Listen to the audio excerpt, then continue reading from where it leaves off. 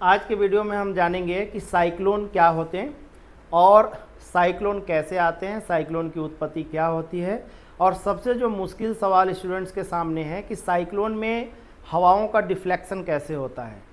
तो एक एक करके हम हर एक टॉपिक को क्लियर करते हैं। सबसे पहले कि जो साइक्लोन है ये लो प्रेशर के बेल्ट होते हैं, यानी कि इनके सेंटर में लो प्रेशर होता है, निम्न वायु दाब है और बाहर की ओर यानी कि सरकमफ्रेंस की ओर प्रेशर बढ़ता जाता है। जैसे अगर हम इसको ये हमने दो संकेंद्रीय रेखा यानी दो आइसो बार से रिप्रेजेंट किया, तो सेंटर में अगर हमने लिखा 900 मिलीबार्स, 950 मिलीबार्स एंड 1000 मिलीबार्स, दैट मीन्स कि सेंटर में है लो प्रेशर और बाहर की ओर प्रेशर बढ़ता जा रहा है। तो ये हमारे साइक्लोन का फिगर है। डिफिनेशन सीधा से हुआ कि चक्रवात निम्न वायुदाब के केंद्र होते हैं जिसमें वायुदाब केंद्र से परिधि की तरफ बढ़ती जाती है। अब ऑब्वियस सी बात है कि हम जानते हैं कि नेचर में हवाओं का जो सर्कुलेशन है वो हाई प्रेशर से लो प्रेशर की ओर है, यानी HP high pressure to low pressure है। इसका मतलब कि चक्रवात में जो हवाएं हैं वो परिधि से सेंटर की तरफ चलती हैं। लेकिन एक फिनोमिनन इसमें और काम करता है कि अगर अर्थ का रोटेशन नहीं होता यानी कि कोरियोलिस बल नहीं होता तो ये हवाएं सीधे सीधे परिधि से केंद्र की ओर आती, लेकिन अर्थ के घूर्णन के कारण एक आभासी बल जिसे हम कोरियोलिस फोर्स कहते हैं वह उत्पन्न हो जाती हैं और कोरियोलिस बल के वजह से हवाओं का डिफ्लेक्शन होता है। और इस डिफ्लेक्शन के बारे में फेरल का लॉ है जो ये कहता है कि हवाएं उत्तरी गोलार्ध में राइट हैंड साइड और दक्षिणी गोलार्ध में लेफ्ट हैंड साइड पर डिफ्लेक्ट होती हैं। तो इस डिफ्लेक्शन का यूज करके हम ये देखेंगे कि इस साइक्लोन में जो हवाओं का चलने का क्रम होगा वो इस तरीके से हवाएं परिधि से सेंटर की ओर जाएंगी।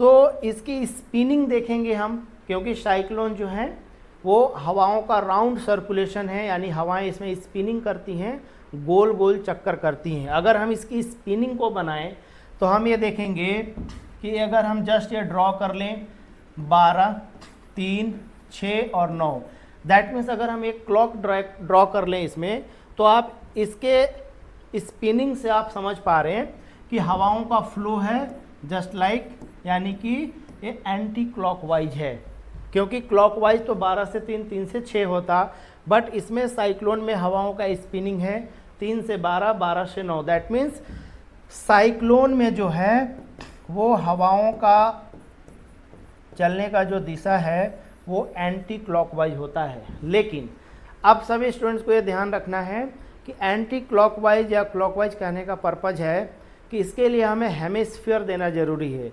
अगर हम उत्तरी गोलार्ध की बात करें तो ये फिगर हमारा ऑटोमेटिक, अगर कोई मेंशन नहीं है, किसी हेमिस्फीयर का जिक्र नहीं है, तो ऑटोमेटिक हम जानेंगे कि ये उत्तरी गोलार्ध के लिए हम बात कर रहे हैं।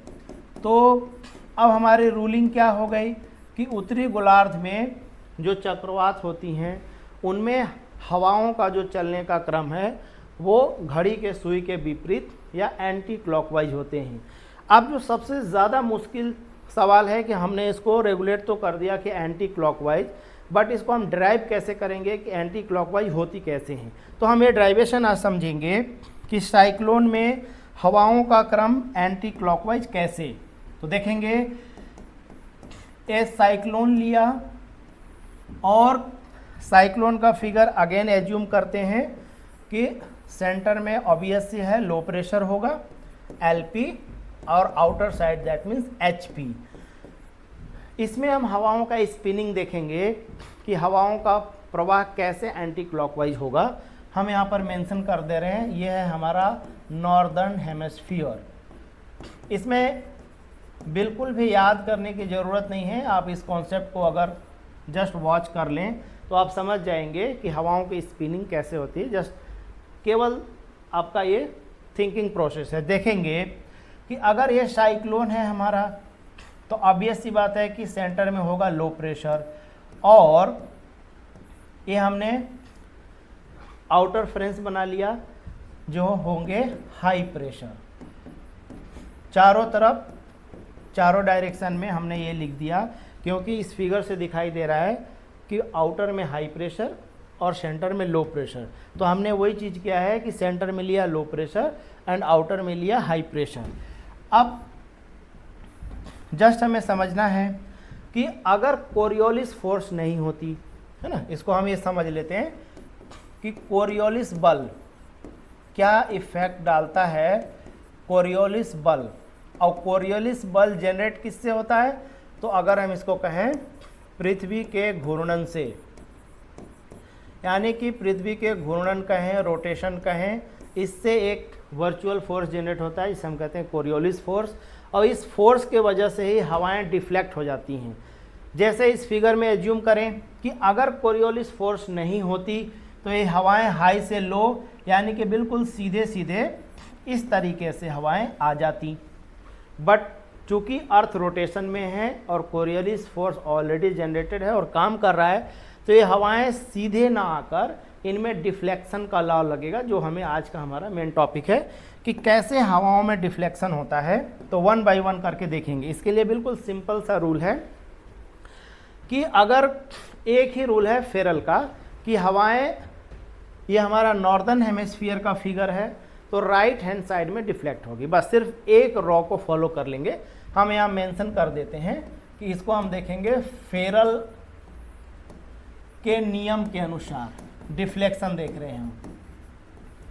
फेरल के नियम के अनुसार डिफ्लेक्शन देखेंगे, और सिंपल सी बात है कि डिफ्लेक्शन का रूल है कि हवाएं नॉर्दर्न हेमिस्फीयर में राइट हैंड साइड पर डिफ्लेक्ट होती हैं। देखेंगे जब हवाएं ये इस तरीके से आ रही हैं तो हमको ऐसे माउथ करके खड़ा हो जाना है, और राइट हैंड साइड हमारा ये है, हमारे लिए right hand side, that means कि हवाएं सीधी ना आकर हवाएं इस तरीके से डिफ्लेक्ट हो जाएंगी। अगेन फिर से ध्यान से सुनेंगे कि जिस डायरेक्शन में हवाएं जा रही हैं उधर फेस करके और अपने राइट हैंड पे डिफ्लेक्शन देख लेंगे।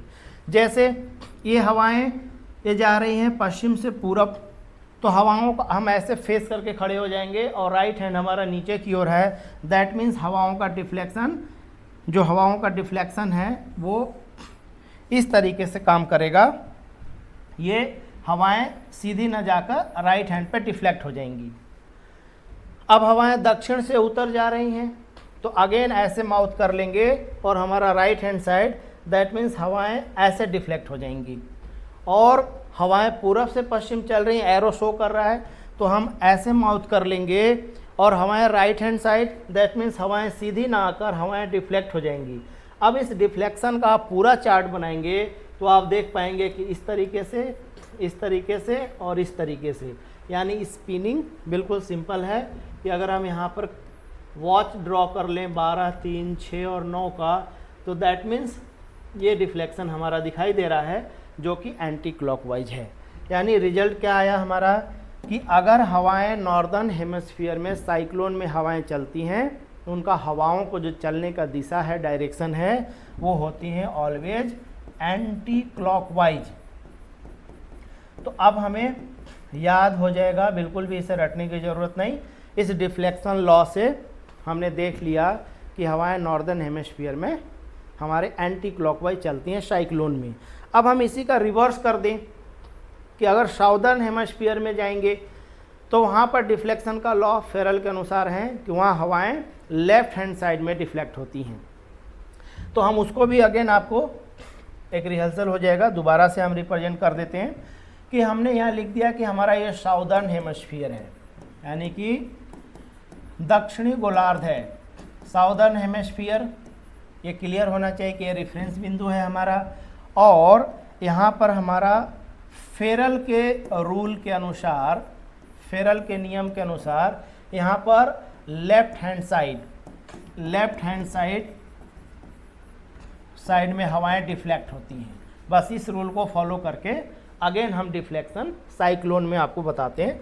तो देखेंगे इस फिगर में हमने एक साइक्लोन ड्रॉ कर लिया, सेंटर में है लो प्रेशर, और जैसे कि हम जानते हैं कि आउटर में हाई प्रेशर होगा, अगेन हाई प्रेशर है। अब इस पे भी हमें डिफ्लेक्शन लॉ लगा देना है फेरल के अकॉर्डिंग, और फेरल क्या कहता है कि साउदर्न हेमिस्फीयर में हवाएं लेफ्ट हैंड साइड में डिफ्लेक्ट होंगी। अगेन वही जो राइट हैंड साइड का रूल था कि जब हवाएं, उससे पहले हमें जानना है कि अगर डिफ्लेक्शन नहीं होता, कोरियोलिस नहीं होता, तो ये हवाएं सीधे सीधे ऐसे यहाँ पर आ रही होती। लेकिन अब चूंकि इसमें कोरियोलिस की वजह से डिफ्लेक्शन है, और डिफ्लेक्शन का रूलिंग ये कहता है कि हवाएं साउदर्न हेमिस्फीयर में लेफ्ट हैंड साइड डिफ्लेक्ट होंगी। तो हम जल्दी से डिफ्लेक्शन देख लेंगे। जैसे ये हवा नीचे से ऊपर जा रहा है तो हम ऐसे माउथ करके हो जाएंगे, और हमारा लेफ्ट हैंड साइड मीन्स हमारा लेफ्ट हैंड साइड है, दैट मीन्स हवा सीधे न जाकर हवा ऐसे चलेगी बट ऐसे डिफ्लेक्ट हो जाएगी। इसी तरीके से अगर ये इस तरह हवा जा रही है, इधर फेस कर लेंगे तो हवा सीधे न जाकर left hand side, that means हवा जो है इस साइड से ऊपर से आ रहा है तो इस तरह से फेस कर लेंगे, this is left hand side. इसका मतलब हवा सीधे ना आकर इस तरीके से, और ये इधर की ओर जा रही है, इधर फेस करके खड़े हो जाएंगे और हवा left hand side, that means हवा सीधे ना जाकर left hand side. That means अगर इसका स्पिनिंग आप देखेंगे तो अगेन आप इसका स्पिनिंग देखेंगे तो जल्दी से हम इसको देख लेते हैं। तो इसमें आप देख पा रहे हैं एक पैटर्न आपको दिखाई दे रहा होगा कि हवाएं ऐसे चल रही हैं, ऐसे चल रही हैं, ऐसे चल रही हैं। दैट मीन्स क्या रिजल्ट निकल गया कि अगर हम यहाँ पर एक वॉच ड्रॉ कर लें 3, 6 और 9, तो हवाओं का जो चलने का पैटर्न है दिस इज क्लॉकवाइज। तो क्या रिजल्ट निकलता है कि अगर साइक्लोन में साउदर्न हेमिस्फीयर में एयर का सर्कुलेशन पूछे तो रिजल्ट इज क्लॉकवाइज, यानी कि चक्रवात में हवाएं दक्षिणी गोलार्ध में क्लॉकवाइज चलती हैं।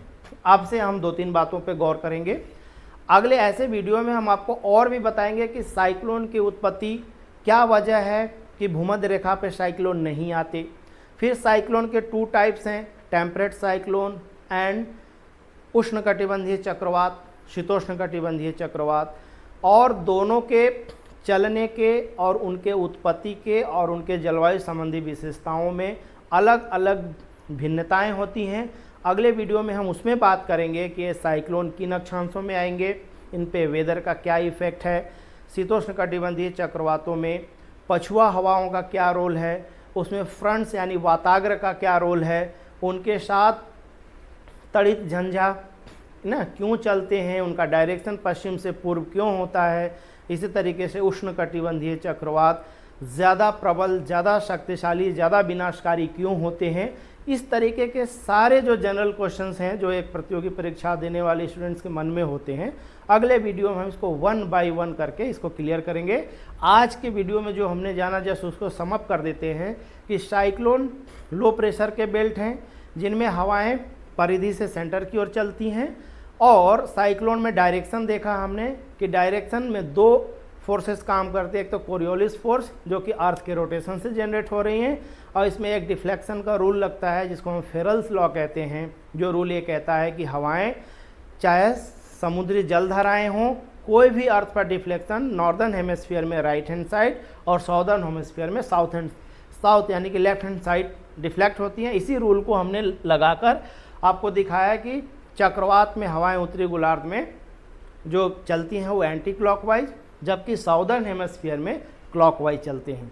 तो मिलते हैं हम अपने नए वीडियो में इसी तरीके के और इंटरेस्टिंग और रोचक और नॉलेजेबल वीडियो जिसको आप बगैर समझे, हमारा प्रयास ही यही है कि अभ्यर्थी को ज्योग्राफी जैसे कॉन्सेप्चुअल सब्जेक्ट्स के लिए एक्स्ट्रा एफर्ट ना करना हो, और सैद्धांतिक रूप से हमें बगैर लर्न किए हुए थेरेटिकल और कॉन्सेप्चुअल तरीके से इसको हम रिकॉल और रिकॉग्नाइज कर सकें। धन्यवाद।